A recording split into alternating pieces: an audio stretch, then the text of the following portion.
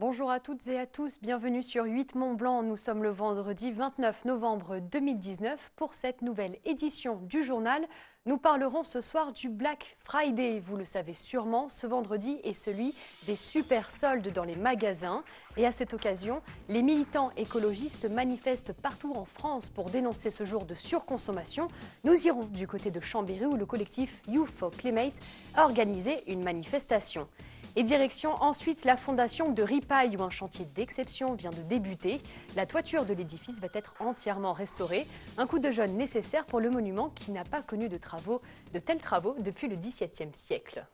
Attention si on va faire un tour en montagne ce week-end. Oui, la prudence est de mise face au risque d'avalanche avec le retour du soleil samedi et dimanche sur les pistes. Les préfets de la Haute-Savoie et de la Savoie appellent les pratiquants de la montagne à la plus grande vigilance. Depuis mercredi dernier, une grande quantité de neige est tombée en altitude. Le beau temps et la hausse des températures attendues ce week-end accentueront le risque de départ spontané d'avalanche dans les pentes les plus ensoleillées. Tu l'as dit, c'est le Black Friday aujourd'hui, ou plutôt le Block Friday. Des jeunes du collectif Youth for Climate à Chambéry se sont réunis pour dénoncer cette journée de surconsommation. Au programme des ateliers dans les lycées et une marche citoyenne. Entre 150 et 200 jeunes se sont ainsi réunis. Sébastien Germain était sur place. Un tapis de vêtements d'occasion devant l'entrée principale d'une célèbre enseigne de prêt-à-porter des Halles de Chambéry. L'image pleine de sens symbolise à elle-même l'état d'esprit de ces jeunes lycéens, venus pour l'occasion montrer leur opposition au Black Friday. C'est complètement contre tout ce que nous on a à cœur et on défend. Et donc on considère que c'est pas quelque chose qui est anodin et c'est quelque chose contre lequel on se révolte et on dénonce. On essaie de sensibiliser les jeunes à cette cause, parce qu'effectivement c'est en général les ados qui sont très consommateurs de la mode, du dernier iPhone à la mode ou du dernier produit ou du dernier t-shirt à la mode ou toutes ces choses-là. Et c'est pour ça que nous, on essaye d'un peu leur donner d'autres solutions, d'autres alternatives. Pour cette nouvelle journée de mobilisation initiée par le mouvement Youth for Climate Chambéry, près de 150 jeunes ont manifesté dans les rues de la préfecture de Savoie pour réclamer haut et fort des décisions et des actes concrets en faveur de l'environnement. Car malgré leur jeune âge, certains de ces lycéens se sentent plus que concernés. Moi, j'ai revu tout mon quotidien de A à Z. J'ai revu ma consommation, j'achète plus d'habits neufs. J'ai réduit drastiquement ma consommation de viande. Je me suis beaucoup renseignée. Je suis allée chercher des informations parce qu'on ne me les donnait pas. Donc voilà, aujourd'hui je pense que ma démarche a été vraiment chercher l'information et changer mon mode de consommation petit à petit en apprenant de mes erreurs, en demandant autour de moi. Et même si la manifestation chambérienne de ce vendredi n'a pas totalement répondu aux attentes des organisateurs, la relève, elle, est déjà assurée.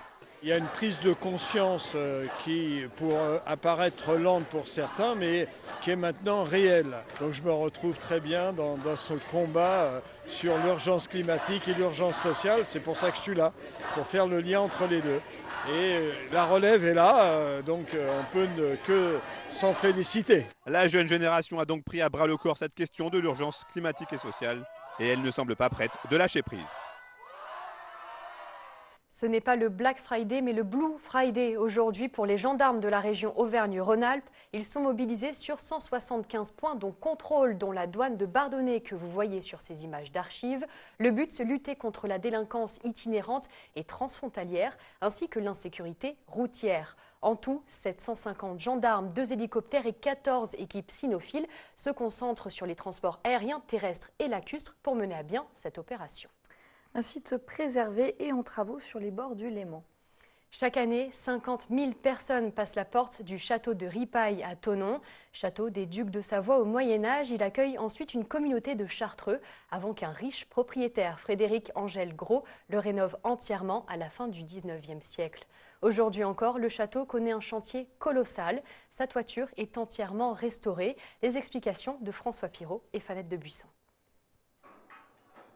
Ce matin à Ripaille, la visite de chantier est de haute voltige. Entreprises, gérants, architectes, tous se retrouvent à 20 mètres au-dessus du sol pour inspecter la toiture du château. Une vue à couper le souffle qui dissimulerait presque un toit usé par le temps et les éléments. Là, on est en train de faire les travaux donc, du pavillon dit Amédée. Ensuite, on va aller là, sur cette partie-là de la haute toiture, donc le toit dit vaisseau. On va reprendre toutes les cheminées, donc il y en a 13. Et puis on reprend aussi toutes les fenêtres qu'on voit là sous l'échelle ainsi, donc toutes les fenêtres vont être prises et puis à la fin on va poser un paratonnerre. Pour Ripaille, c'est le chantier du siècle parce que le toit il a été fait 3 fois dans l'histoire, c'est la 4e fois, donc c'est le chantier du siècle. Plus de 100 000 tuiles sont à déposer, restaurer ou changer. Inscrit à l'inventaire des monuments historiques, le château de Ripaille est en cours de classement. Rien ne doit être laissé au hasard. Un comité scientifique s'est réuni de longs mois pour choisir quelle tuile sera installée sur le toit. Des essais ont même été réalisés en situation. Finalement, c'est la tuilerie de Bardonnay, à 50 km de là, et sa terre jaune locale qui a été choisie.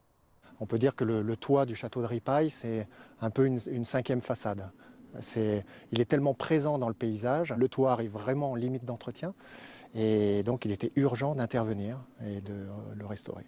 Je pense qu'il va nous raconter beaucoup de choses ce toit et c'est là que le chantier est passionnant. C'est-à-dire qu'en fait sur ce toit, on a retrouvé ici une tuile qui est probablement très ancienne, on voit même la façon dont elle a été séchée, probablement sur des panneaux de bois et on va, en même temps qu'on redémonte l'ensemble de ces tuiles plates, retrouver peut-être toute l'histoire que nous cache encore ce château.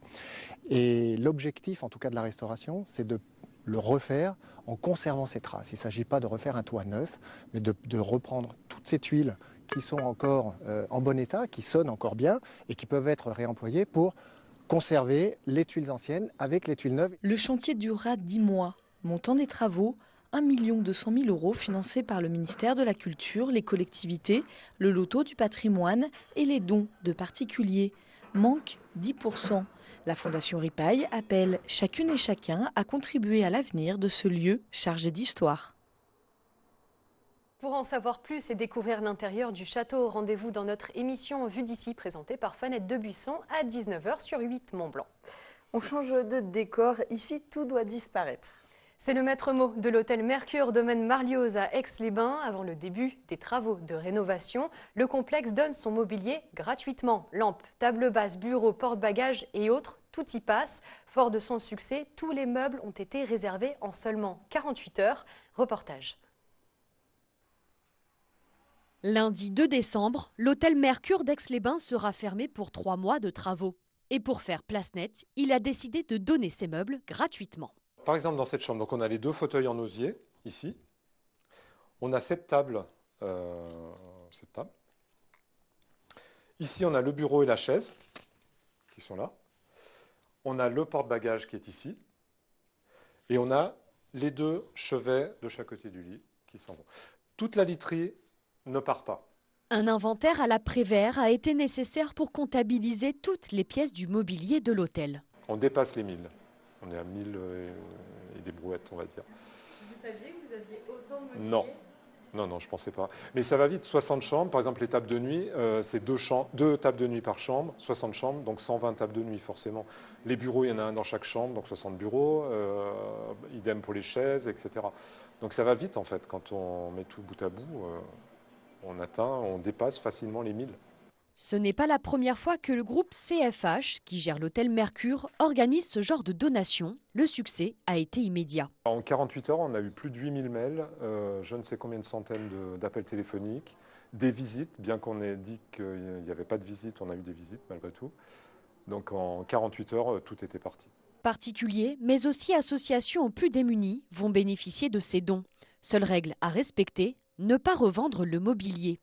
La ville d'Aix-les-Bains n'est pas en reste, puisqu'elle va hériter d'une série de photographies des célébrités de passage dans la cité thermale. On a quelque part Gracien Ferrari quand il courait, l'ancien maire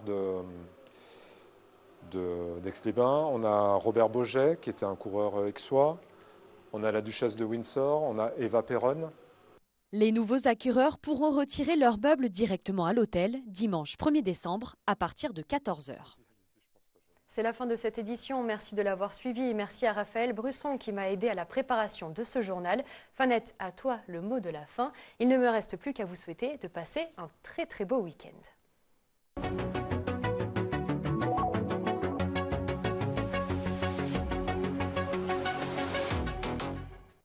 C'est C'est la fin de cette émission. On se retrouve lundi avec toute l'équipe de la rédaction pour Accès Direct et le JT. Si vous nous regardez en direct, restez avec nous. Clémence vous l'a dit, dans quelques minutes, c'est vu d'ici. Je vous emmène au château de Ripaille avec François Pirot. Et juste après, c'est une semaine d'actu. Nos programmes se poursuivent donc sur 8 Mont Blanc et sur nos réseaux sociaux. Vous en avez l'habitude maintenant. Passez un très bon week-end. À bientôt.